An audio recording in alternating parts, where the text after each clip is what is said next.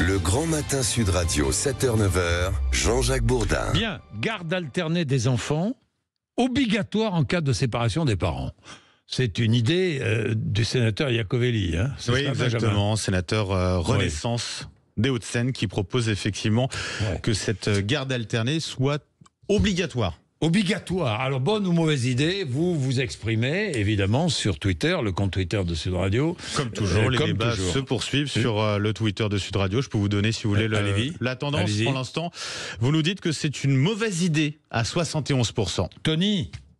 Oui. Bonjour Tony, ça va? Très bien, et vous? Très bien. Toujours dans votre grue à Bordeaux? Exactement. Eh ben voilà, je me suis pas trompé. Hein. Tony, vous êtes père célibataire, vous avez un enfant en garde alternée. Est-ce que vous êtes pour ou contre imposer la garde alternée aux parents?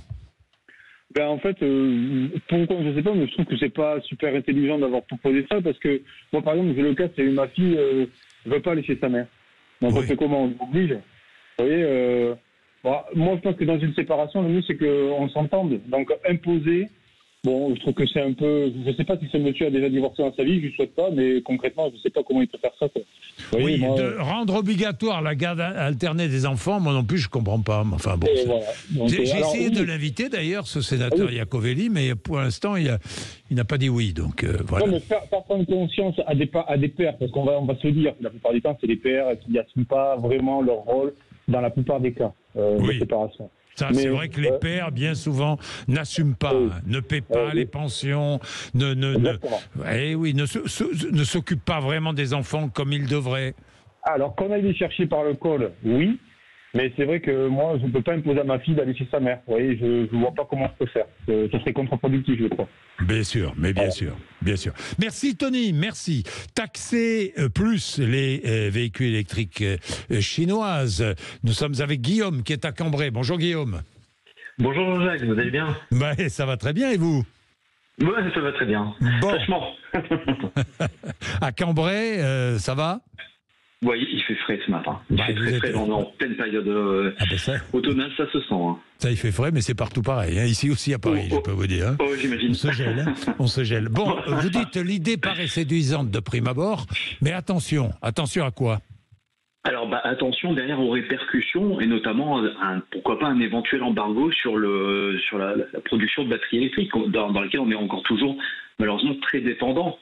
C'est un petit peu le piège sur lequel... Sans embargo des Chinois sur les batteries électriques, je crois pas, parce qu'ils ont besoin de les vendre, hein, aussi. Ils ont besoin de les vendre. Après, ils peuvent aussi faire un embargo sur les semi-conducteurs, etc., dans lequel il y a déjà aussi des difficultés d'approvisionnement qui se précisent. Maintenant, c'est vrai que leur marché est plutôt favorable en Chine. Hein, les véhicules se vendent très bien.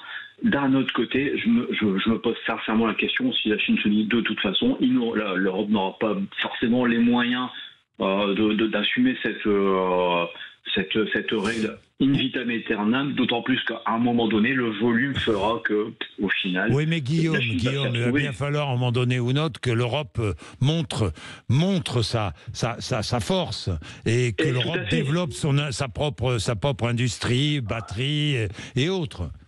Et oui, on est encore en retard là-dessus. Donc pour combler le retard, il faut absolument des investissements et il faut absolument que l'Europe fabrique. Tout à fait. Et du coup, cette taxation, pourquoi pas, peut aider aussi, sous condition qu'il y ait une redistribution pour l'industrie européenne qui est déjà en mal. Donc finalement, je trouve que malheureusement, j'allais dire, la proposition est inévitable et au final l'Europe n'a plus le choix en définitive. Oui, je suis d'accord avec vous, l'Europe n'a plus le choix. Complètement. D'autant plus que lorsqu'on voit commercialement l'offre, pour ne pas les citer, de BYD par exemple, qui est en train de grimper en force, et on connaît la force de frappe de la Chine, ça va être dévastateur. Donc je pense que l'Europe n'a réellement plus le choix. C'est la réponse que j'ai eue ce matin vous avez raison. Sur le sujet. Vous avez raison, Guillaume. L'Europe n'a plus le choix. Merci, Guillaume, d'être avec nous. Vous êtes sur Sud Radio, évidemment, 7h59.